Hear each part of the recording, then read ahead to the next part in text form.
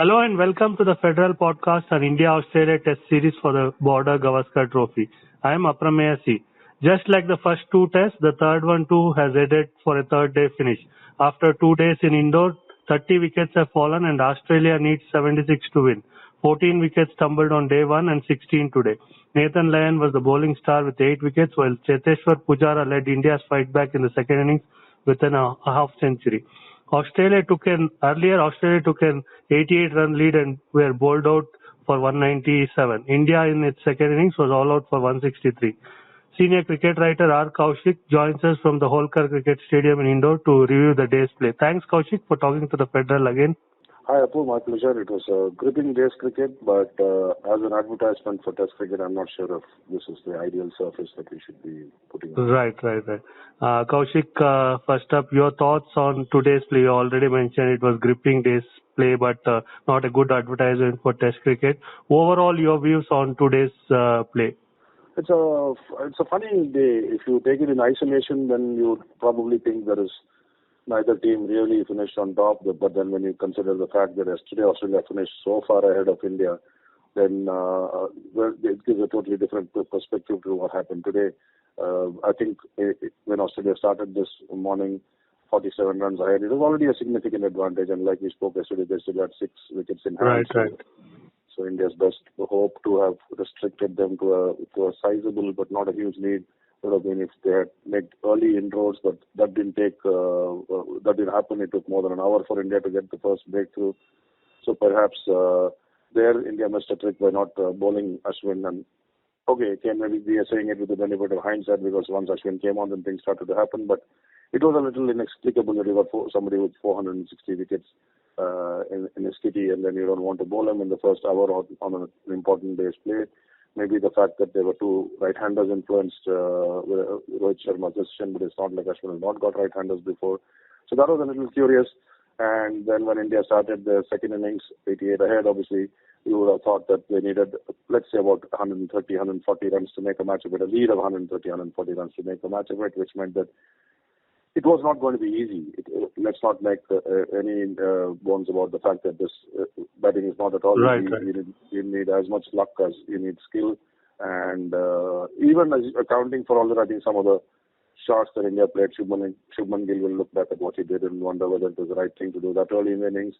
Virat Kohli will look back and wonder if he should have gone back. You know what's happening on this pitch. You've seen what's happened for a day and a half. So whether it is ideal to go back to a stump line ball when knowing fully well that the ball is capable of keeping low. So some of those shot selections are quite questionable. But I guess, again, if you look at it in isolation, 163 is not a bad effort at all. But 163 only gives you a lead of 75. And a word of praise for the way Pujara batted, showed how to bat on this wicket with fighting 59 runs. Yes, I mean, I think as much for himself as for anything else, Pujara needed this innings.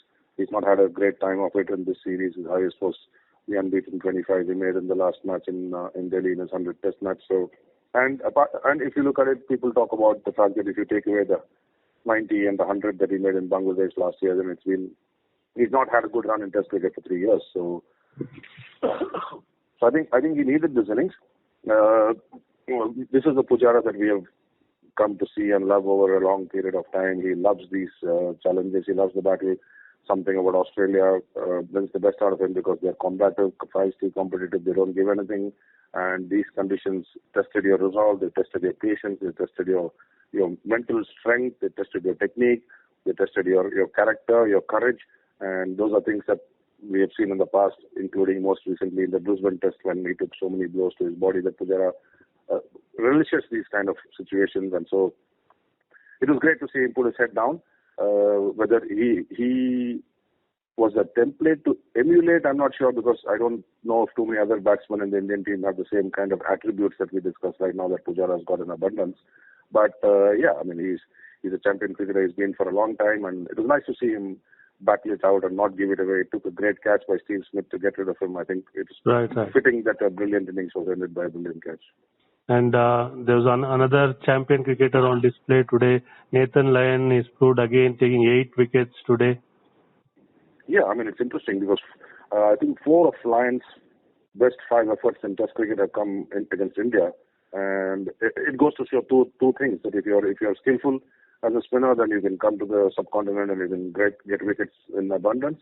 And also what we have been speaking about for a while, that India are no longer necessarily the best players to spin anymore, because they don't get to play quality spin too often. They don't get to play domestic cricket. So those are all factors which have contributed to India's decline as a spin playing nation, if you like.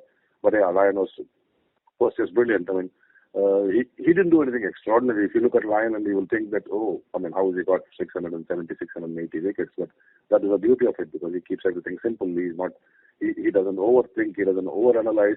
I remember hearing yesterday when he was talking to Matt Kuhneman and Todd Murphy, that he told them, you don't have to try and bowl like Ravindra Jadeja and R. Ashwin. You just bowl like Kuhneman and Murphy and you will see the results. And so that's precisely what Lyon has done all his career. He's bowled like Lyon. And he was a little off colour in Nagpur. We saw that, and it probably hurt Australia badly, but he's been in his elements in the last 2 Test matches, and today he was just unflagging. And we must not forget that he's 37 years old, so he's got a lot of miles in his legs, but they just come and keep wheeling away and ask questions ball after ball after ball. It was just a great effort of perseverance and skill from Lyon.